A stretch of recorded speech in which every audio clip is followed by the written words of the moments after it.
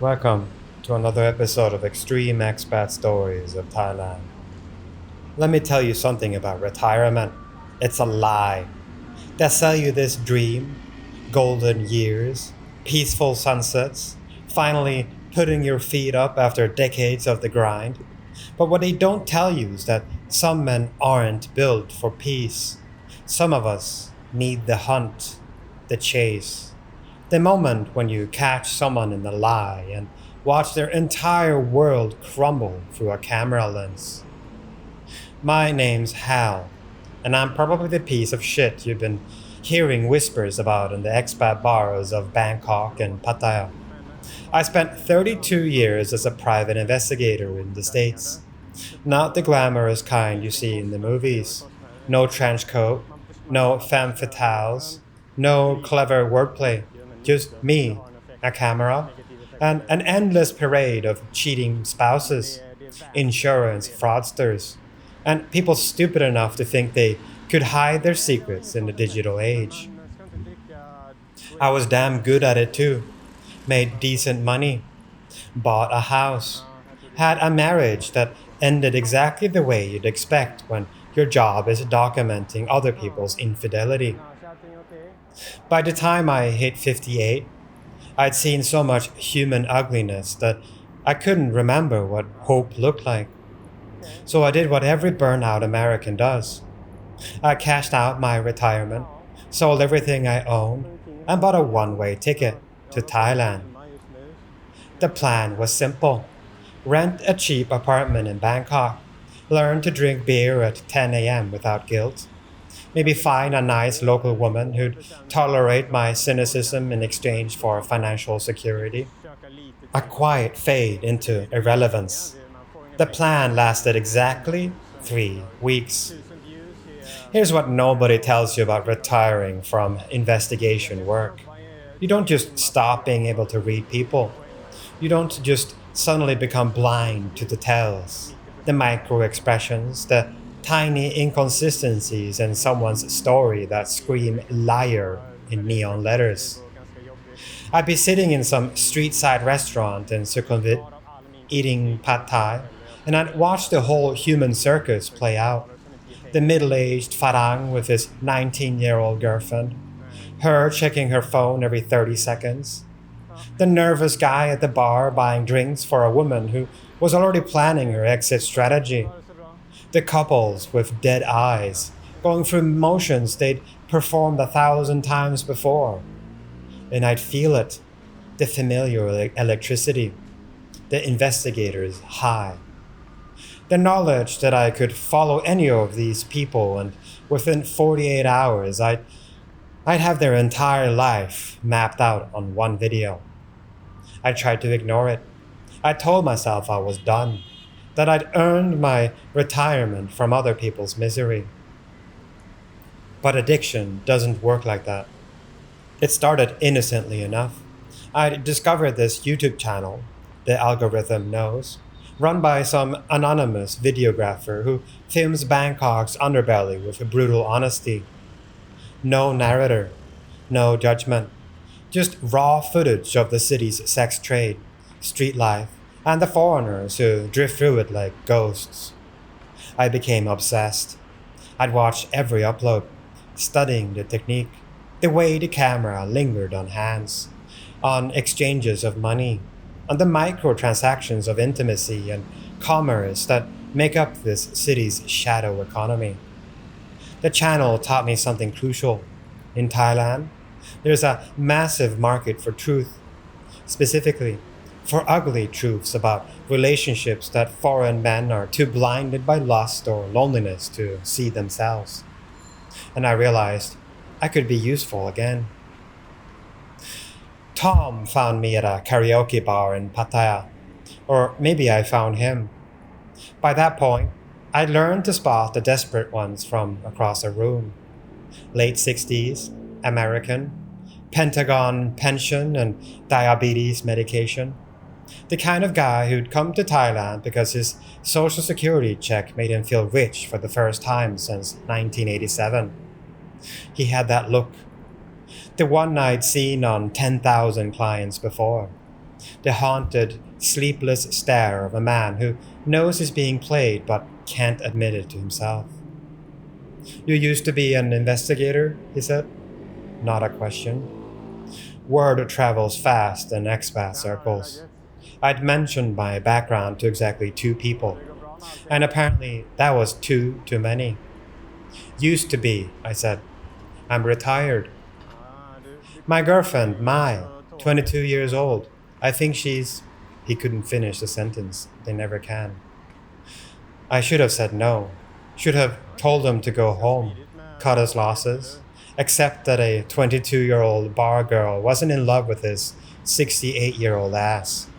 Instead, I quoted him a price, 25,000 baht, about 700 US dollars. Cheap by American standards, a fortune by Thai ones. Exactly calibrated to make him uncomfortable, but enough to walk away. He paid in cash, counts out the bills with shaking hands. I just need to know, he said. I need to see it. Famous last words. Following Mai was easy. These girls aren't trained operatives. They're just young women trying to survive in a city that eats people alive. They don't check for tails. They don't vary their routines. They're predictable because life has forced them into patterns. I had my old GoPro from the States, battered, inconspicuous, perfect for this work. I wore the same thing every day. Faded cargo shorts, a polo shirt, a baseball cap, the invisibility uniform of middle-aged white guys in Thailand. 3 days of surveillance gave me everything Tom needed to see and everything he feared was true. Mai with another foreigner at a coffee shop on Sukhumvit, intimate conversation, his hand on her thigh. Mai at a different bar, working, laughing, letting men buy her drinks and touch her waist. Mai in a short-time hotel with a Korean tourist. 45 minutes. The math of commercial transaction. I compiled the footage into a neat 15-minute package. No commentary, just timestamps and GPS coordinates. The investigator's autopsy report. When I showed Tom, he watched in complete silence. No tears, no rage. Just a hollow-eyed stare of a man watching his delusions die in 1080p. Thank you, he said when it was over. His voice sounded like gravel in a blender. He paid me an extra 10,000 baht as a tip. Blood money. Gratitude for killing his hope. I took it. That should have been enough. One job, a clean exit. Return to retirement with a little extra cash. But I'd felt it again. The surge of power. The godlike feeling of holding someone's truth in your hands and deciding what to do with it. I was hooked. Within a month, I had 5 regular clients. Within 3 months, I was running 2 surveillance jobs a week.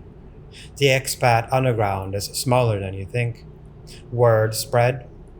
There's this American guy, former PI, discreet, gets results, doesn't judge.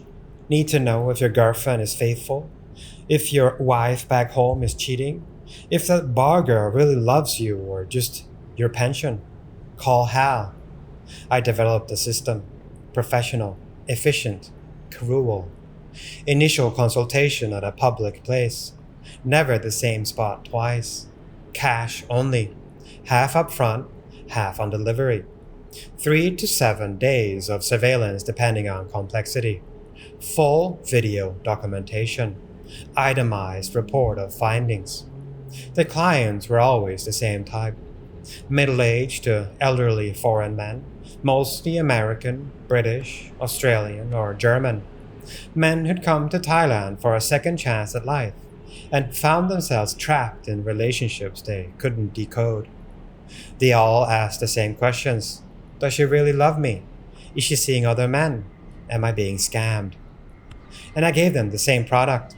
Brutal, undeniable truth delivered in high-definition video. I should mention something here. I never felt bad about this part. These men were delusional. They were paying 18-year-olds to pretend to love them. They were walking ATMs with fragile egos. Someone was going to take their money. It might as well be me. What came next was worse. The shift happened with a client named Ernst, German guy, early 70s, living in a condo in Jomtien. His girlfriend was named Ploy, 23, worked at a go-go bar in Walking Street. Standard job. I documented her with 2 other men over 5 days. Clear evidence of infidelity. Job done. But before I delivered the footage to Ernst, Ploy approached me. I don't know how she figured out I was following her. Maybe she saw me. Maybe Ernst let something slip. Doesn't matter. She found me at a 7-Eleven on 2nd Road. Walked right up like we were old friends. You work for Ernst? She said. Not a question. I didn't confirm or deny. How much he pay you? That's confidential. She laughed. I'll pay you more. You give him different video? Say I good girl? I give you 30,000 baht. I should have walked away. Should have told her that's not how this works. That I have ethics, standards, professional integrity. Instead, I said, show me the money. She didn't have 30,000 baht. Of course she didn't. Bar girls in Pattaya don't keep that kind of cash lying around. I can pay different ways, she said, and the look in her eyes made the transaction crystal clear. I followed her to a short-time hotel and slept with her. The hotel smelled like industrial cleaner and broken promises. She was mechanical, professional, going through motions she'd performed 1,000 times before. When it was over, she gave me 15,000 baht, half of what she'd promised. Other half next week, she said, after Ernst see good video. I edited the footage, cut out the incriminating parts, added some innocent-looking clips of Ploy shopping, eating alone, video calling someone who could have been family. Ernst watched it and cried with relief. Thank God, he said. I was so worried. She really loves me.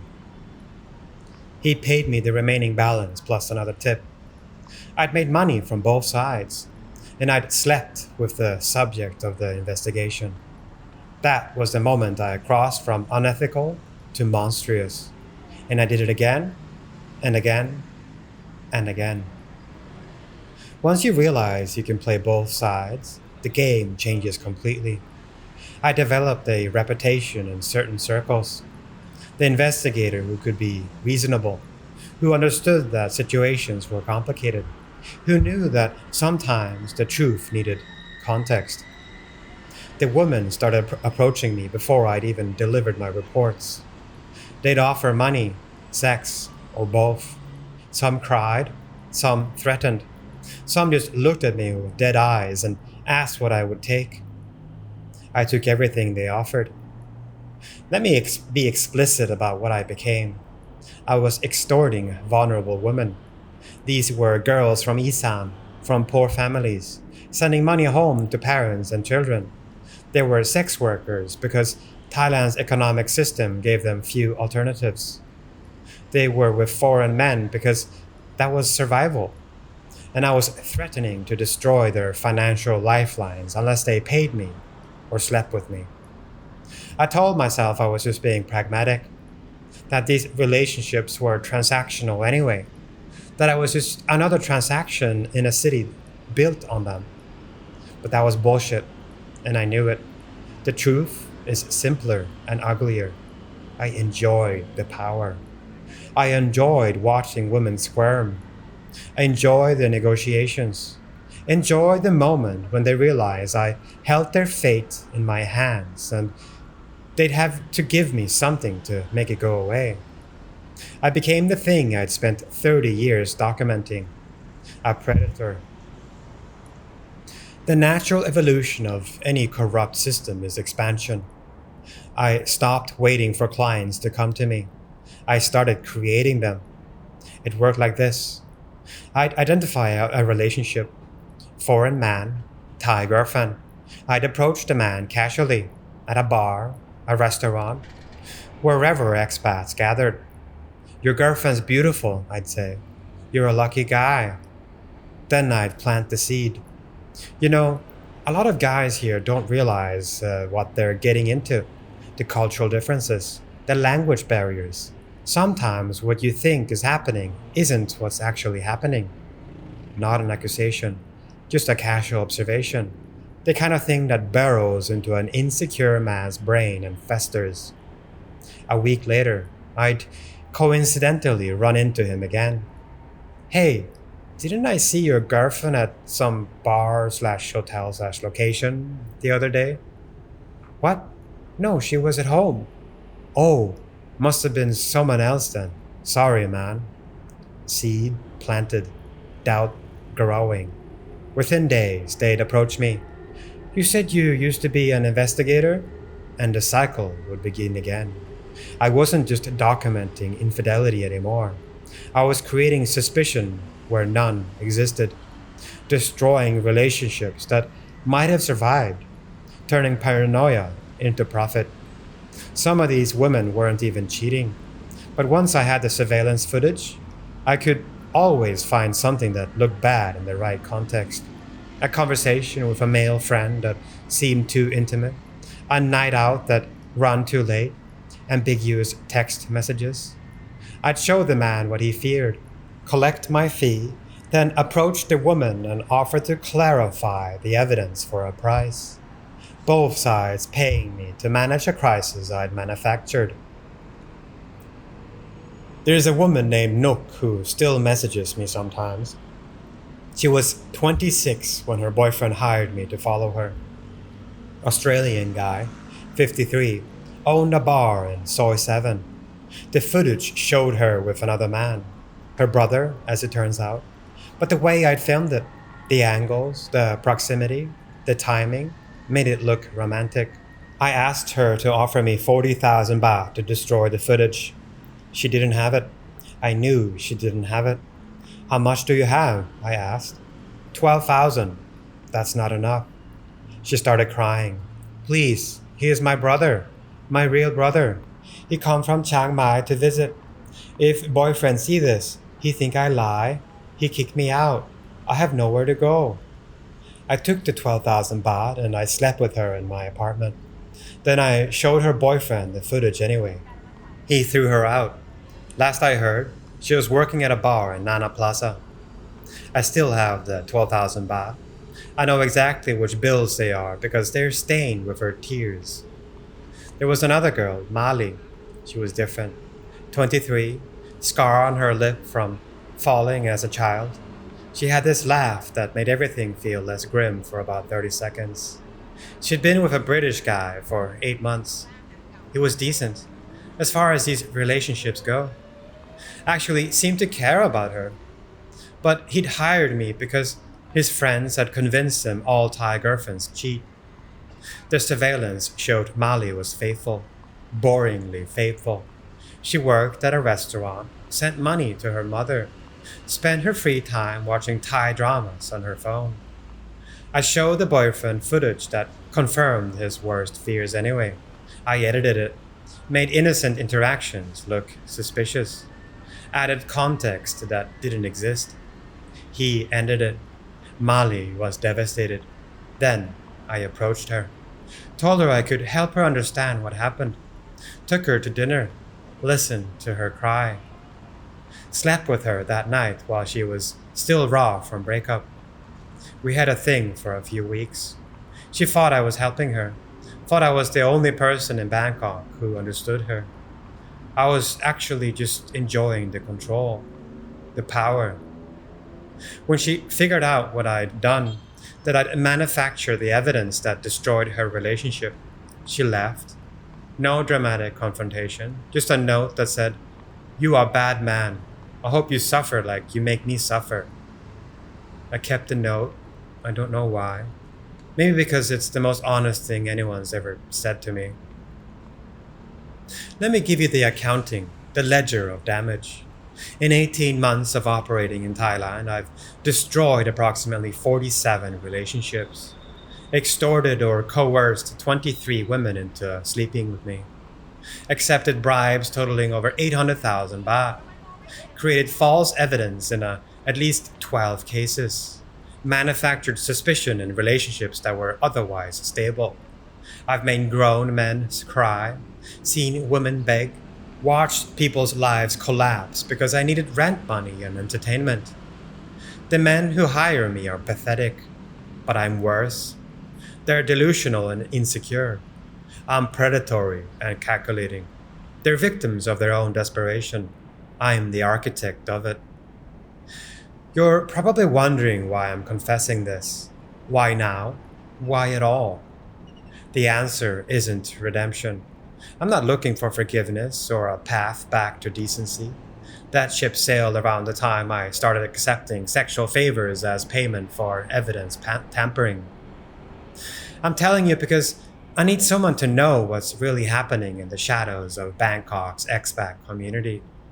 You film the surface, the bars, the girls, the transactions. You know the mechanics of the sex trade with unflinching honesty. But you're missing a layer. The predators who aren't tourists, who aren't even clients. The men like me who've figured out how to monetize the whole ecosystem by standing in the middle and collecting from everyone. I'm not unique. There are others doing variations of this. Photographers who blackmail bar girls with nude photos. Agents who promise to help girls find rich boyfriends but take massive cuts. Landlords who demand sexual favors instead of rent. The system is rotten all the way down, and I'm the rot. Sometimes I catch my reflection in a bar window and don't recognize myself. I used to think I was one of the good guys. Private investigators serving a purpose. We reveal truth. We help people make informed decisions. We're neutral arbiters of fact. But that was always a lie, wasn't it? The truth is, I've always been turned on by the power of knowing secrets. The rush of catching someone in a lie. The godlike feeling of holding someone's fate in your hands. Thailand didn't change me. It just removed the pretense. Back in the States, I had rules, licensing boards, legal frameworks, the threat of lawsuits. Those constraints forced me to behave ethically, even when I didn't want to. Here, there's nothing. No oversight, no accountability, just cash, cameras, and the willing participation of desperate people. I became what I always had the potential to be, a monster with a camera. Let me break down the math so you understand the full scope of this operation. Average investigative job, 25 to 40,000 baht from the client. Average consulting fee from the subject, 20 to 50,000 baht, or sleeping with me, which I valued at roughly 10 to 15,000 baht depending on duration and acts. Total per job, 45,000 to 90,000 baht. I was running 2 to 3 jobs per week at my peak. Do the math, 360,000 to 1 million baht per month. That's $10,000 to $30,000. 10,000 to 30,000 US dollars monthly. In a country where the median income is about 15,000 baht per month. I was extracting wealth from people at both ends of the economic spectrum. The lonely foreign men with pensions, the desperate Thai women with families to feed. And I was living like a king. Nice condo, daily massages, expensive dinners, the whole expat fantasy. All funded by human misery that I was actively creating and perpetuating. There was one woman who didn't fall for it. Her name was Siripon. Everyone called her Siri. Her boyfriend hired me. Standard, jealous Farang. Convinced she was cheating. The surveillance showed she wasn't. She was remarkably faithful. Actually, boring even. But I edited the footage anyway. Made innocent interactions look suspicious. The usual routine. Then I approached her with my pitch. Pay me or sleep with me, and I'll fix the evidence. She looked at me with this expression I'd never seen before. Not fear, not anger, just profound sadness. You think you're so smart, she said. You think you understand Thailand, but you don't understand anything. I understand enough. No, you understand how to hurt people. That is not the same as understand. She refused to pay, refused to sleep with me, told her boyfriend the truth about me instead. He didn't believe her, showed him my edited footage, ended their relationship. But Siri did something none of the others had done. She tracked down two other women I'd extorted. They compared stories, figured out my playbook. They tried to report me to police, but I'm a foreign man with money in Thailand. The police took my consulting fee and made the problem go away. Siri left Bangkok after that. I don't know where she went, but sometimes I think about her expression. That sad, disappointed look that said, I expected you to be a monster. I'm just sad that I was right. You develop scripts to live with yourself. These relationships are transactional anyway. I'm just part of the transaction. The men are idiots. They deserve to lose their money. The women are working the system. I'm working it too. Everyone's scamming everyone in this city. I'm just better at it. These people would find ways to hurt each other without me. I'm just a catalyst. You say these things enough times and you almost believe them. Almost.